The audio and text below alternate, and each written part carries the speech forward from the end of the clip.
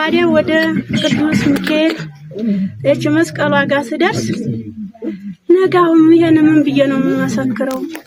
አሁን ውጋገን ነው የሚታየኝ አይኔ አልበራልኝ እያልኩ እዛ ቦታ ላይ እየመራችኝ አንድ ልጅ እየቆም እያለሁ ድንገት ብርሃኔ እንደ ሰዓት ፈጀኝና ሰውነቴ አንድም ሰው ያቀኛል እንደ አይነ ስውር ሆኜ ተመራ ሁሉም ሰው ያቀኛል ማለት ነው።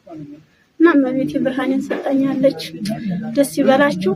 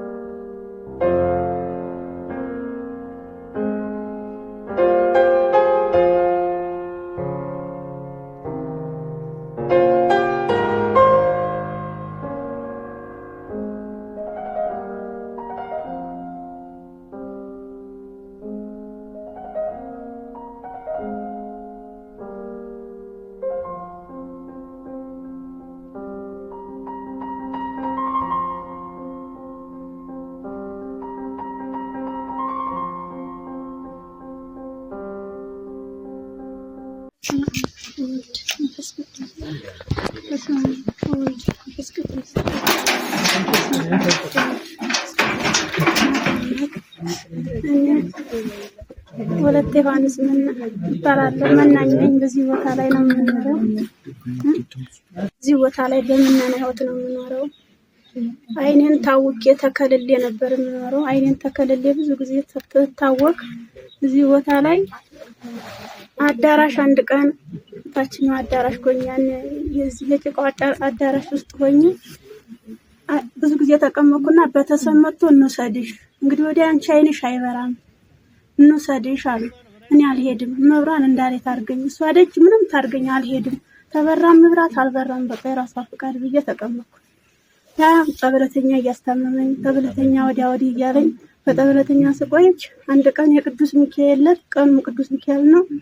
የዛ ዕለት ቅዱስ ሚካኤል የቀን ዕለት እንኳን መቃላወጫዬን ብትሰጠኝ መብርሃን እንደው እንደሰጠሽኝ እንደሆነ ተደጅሽ አልሄድም እንደ ሰው ብርሃኔን ስጪኝ ቅዱስ ሚካኤል የዕለት እንደው መቃላወጫዬን ስጠኝ እንደዚህ ታውኑ ልሴን ጠውልኝ አውጡኛ ጉይ ብዬ እስተመቼ ድረስ ነው ብዬ ይሄንን አልቅሼ ተማጽኜ እመቤታችንና ቅዱስ ሚካኤልን ተኛው። ከዛ አንድ ቀይ ሴትዮና አንድ ወንድ ሆነው መጡና ሴትዮዋ ወንዱን ሰውዬ ሽቶ ነፋ አለችው። ሽቶ እየነፋ እያሉ እኔ ላይ ግማሽ ሽቶ ነፋ አይኗ ላይ ነፋ አለችው። ግማሽ ሽቶ አለችው። ያ ግማሽ ሽቶ አይኔ ላይ ባደረገብኝ ጊዜ ውጋገን አየሁ። ውጋገን አይቼ ደስ ብሎብኝ እንስል ውጋገን ይታየኛል። ተዚህ ቀይ መጋረጃ ተዚህ ነጭ መጋረጃ ሆኖ ታየኝ። እግዚአብሔር ይመስገን አይኔ በራልኝ ማለት ነው ብዬ ተደሰትኩ። በቃ ይሄንን ውጋገን አየሁ ብዬ ማታ እናገራለሁ ምስክር እሰጣለሁ ብዬ በልቦ ነው ያሰብኩት። ከዛ ይሄን ብዬ አሁን እንደገና ያን ብዬ ብርሃን ብቻ ነው የሚታየኝ። ሰው አለኝ ሴት ወንድ ሆነ ሰው አይለኝ። ምን አርጌ ነው ያን የምናገረው ብዬ በልቦ ነው እንዲያስኩት። ልክ ኪዳነ ምህረት ሮብ ነበር የዋለችው የናሴ ኪዳነ ምህረት ዕለት ማታ ነገንን አሁን በመሰከር ግን መጀመሪያ እመቤቴ ውጋገን ተሰጠሽኝ እንደ ውጋገኑን እንኳን ታየው ተቀንጨለማ ታዳንሽ እንደ ብርሃን አየው ብዬ ነው መሰከረው። ይታየኛል ነው ማለት ውጋገኑ እያየው ሽንት ቤት እንኳን ብዬና በልብ ያስደው ነበር። ታዲያ ወደ ቅዱስ ሚካኤል እጅ መስቀሏ ጋር ስደርስ ነጋውም ይሄን ምን ብዬ ነው መሰከረው? አሁን ውጋገን ነው የሚታየኝ አይኔ አልበራልኝ እያልኩ እዛ ቦታ ላይ እየመራችኝ አንድ ልጅ እየቆም እያለሁ ድንገት ብርሃኔ እንደ ሰዓት ፈጀኝና ሰውነቴ አንገቴን አዋቀኝ። ባዋቀኝ ጊዜ አይኔን ለቀቀኝና ብርሃን አየሁ።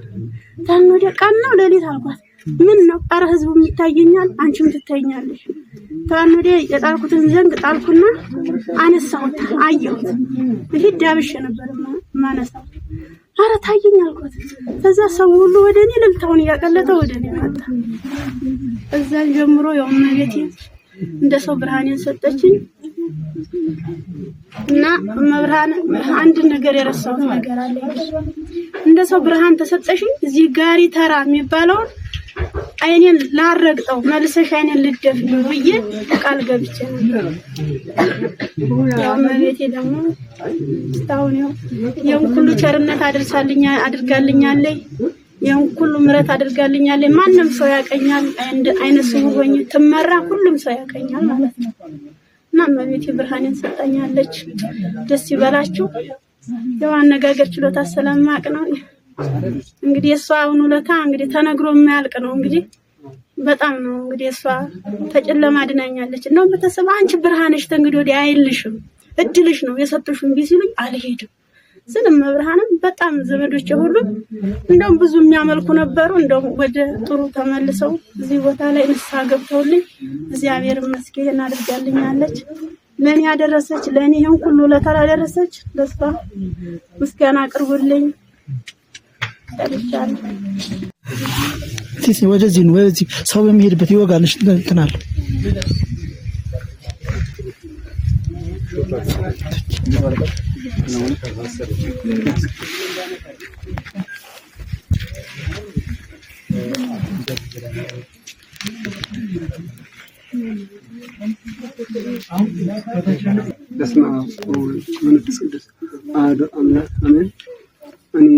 ስሜ መጋቤ መናኝ ገብረሃና ሲሳይ እንደማገኘው ባላለው እዚህ ገዳም ለተወሰነ አመታት ተቀምጫለሁ። በዚህ ገዳም ውስጥ አባቶችና እናቶች አሉ።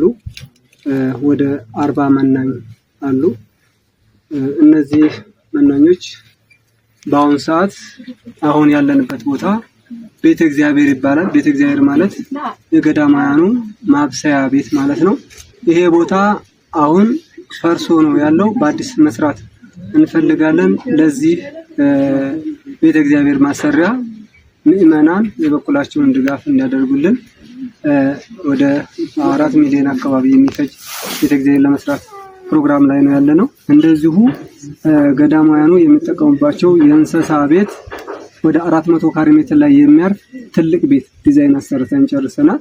ከመመናን ድጋፍ ብቻ ነው የምንፈልገው። እንደዛው የመናኝ ማረፊያ በአት አካባቢው ላይ እዛው ከ10 በአት ያለነሰና ሽንት ቤት የውሃ ታንከርና ሌሎች ነገሮች ለዛው አካባቢ ይሰራል ማለት እሱ ከ6 ሚሊዮን እስከ 8 ሚሊዮን የሚፈጅ ታላቅ ፕሮጀክት ነው። ሶስተኛው ገዳሙ በአሁኑ ሰዓት ልማት ለመስራት ከሰበካ ጉባኤ የልማት ፈቃድ አግኝቶ ወደ ልማት ሊገባ ፕሮግራም ላይ ነው ያለው። እነሱም ምግብ ቤት፣ ሱቅ፣ ንዋያተ ቅድሳት፣ የዕደ ጥበብ ስራ፣ ሌሎችም ቅርጻ ቅርጾችና ሌሎች ስራዎችን ለመስራት ይፈልጋል። እንግዲህ በእጃችን ላይ ግን ምንም ነገር የለም። ምዕመናን የበኩላቸውን ድጋፍ ቢያደርጉልን በማቴሪያል ወይም ደግሞ በሰበካ ጉባኤ በኩል ሆኖ ማለት ነው የበኩላቸውን ድጋፍ እንዲያደርጉልን ነው የምንጠይቀው። ከዛ በተረፈ እንግዲህ ገዳሙ በዚህ ሰፊ የካህናትም አስተዳደር ያለበት ነው። እንግዲህ በአሁኑ ሰዓት ካህናት ወደ 100 ካህናት ዲያቆናትና ዘማሪያን ሙሉ በአንድ ላይ የሚስማሩ ማለት ነው። ይሄ ገዳሙና ሰበካ ጉባኤ በአንድነት የሚተዳደሩ ማለት አባታችን አባ ኃይለ ጊዮርጊስ ዳርጌ የዚህ ገዳም መስራች ማለት ነው። ቅዱስ ሚካኤል እንደ ራስ ታች ገዳሙ ደግሞ እንደ እግር ሆኖ በአንድ ላይ የሚተዳደርበት ታላቅ ገዳም ነው። በጠቅላላ 140 የሚሆኑ ካህናትና መነኮሳት በአንድ ላይ የሚተዳደሩበት ነው። ገቢው ከዚህ በፊት ያለው ዝቅተኛ ስለሆነ አሁን ግን እየተንቀሳቀሰ ነው። ሆኖም ግን በቂ አይደለም። እነዚህ ልማቶች ለመስራት ማቴሪያል በማቅረብ በጉልበት በእውቀት ሌሎችንም ድጋፎች በማድረግ መታችሁ እንድታግዙን እንፈልጋለን። እንግዲህ ምእመናን ካረዱን በስተቀር እኛ ብቻችንን ምንም ማድረግ አንችልም። ቤተክርስቲያን የሁላችንም ናት። ድጋፋችሁን ሁላችሁም እንድታረጉልን ጥሪያችንን በቤተክርስቲያን ስም እናስተላልፋለን። ይህ መልእክት ደረሳችሁ ሰዎች ሌሎችም ሰዎች ሼር ማድረግን ለማድ አድርጉ። ቤተክርስቲያንን እናልማት እንስራት። ገዳማውያኑ እንግዲህ የበኩላቸውን ስራ ይሰራሉ።